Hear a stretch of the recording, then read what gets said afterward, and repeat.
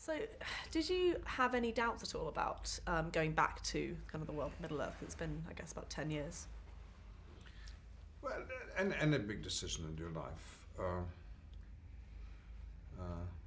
has its good points and its bad points. Nothing wrong with going back to New Zealand. I would do that often if I weren't working there. But did I want to be there for 18 months away from home in the UK? Did I want to go back to a part I'd already played instead of trying some new stuff out? Those are the sort of puzzles I was having. And also, the film was on and off, wasn't going to happen. Yeah. And that's a bit unsettling. And you do prepare yourself to the possibility that these films are never going to be made, so don't get too attached to the idea. See what I mean? Yes, yeah. But when finally Peter said, right, we are going ahead, and these are the dates, and we want you to play Gandalf, and I thought, well, I don't want him to be making that telephone call to somebody else. I want to keep Gandalf. I want to keep him. Yeah, absolutely. Can't blame you. And also, unusual with these films is that we knew people wanted to see them. Yeah. Often you're making a film in a studio and you wonder, is anyone ever going to see this? Will it get released? Will people like it? Will it get good reviews? All those worries about the unknown. No unknowns really with The Hobbit. No. People constantly telling you in the street or online.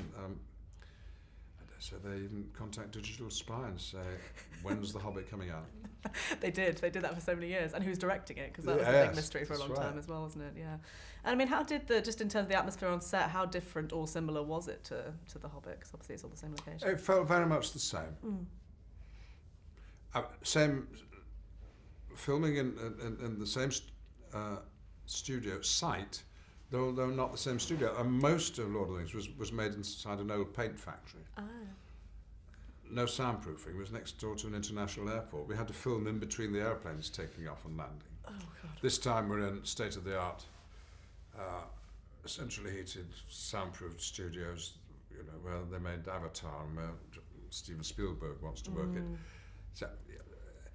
So it was different, but it was the same because all the people involved behind the camera were the people that I'd always known, had been there 10, 12 years ago. Andrew Lesney, the cinematographer, and his crew, and the wardrobe department, and my makeup, and was all done by people I knew and were just happened to be 10, 12 years older. I mean, I guess the average age of the actors is maybe slightly older than it was on Lord of the Rings. I mean, did that make any difference? That was slightly reassuring that some of the dwarves were of my generation, and we've had similar careers, worked in the theatre and television as well as in the cinema. So we had lots to talk about.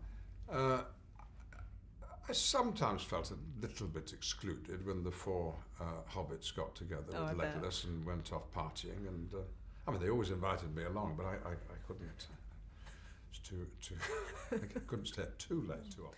And obviously Peter and Fran and Philippa do know this world so well, and Martin was talking about how Philippa would just start talking about the history of dwarfism as though it was sort of real. I mean, that must come across in the direction. Yes, and Peter's often said regularly on set, we are fans of Tolkien's writing, and we are making these films for other fans.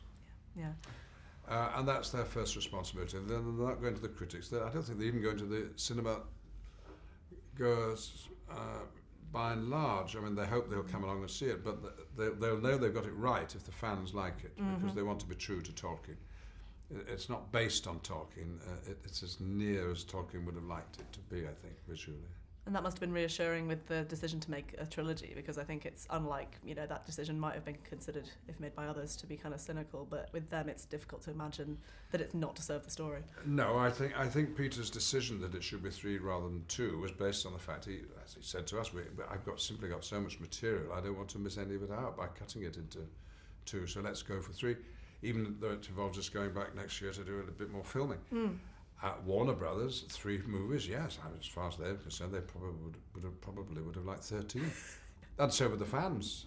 But if I hear anyone refer to for these Tolkien movies as the franchise, then I get worried. It's not a franchise. These are specific stories told with dedication by admirers of the books, and that's it.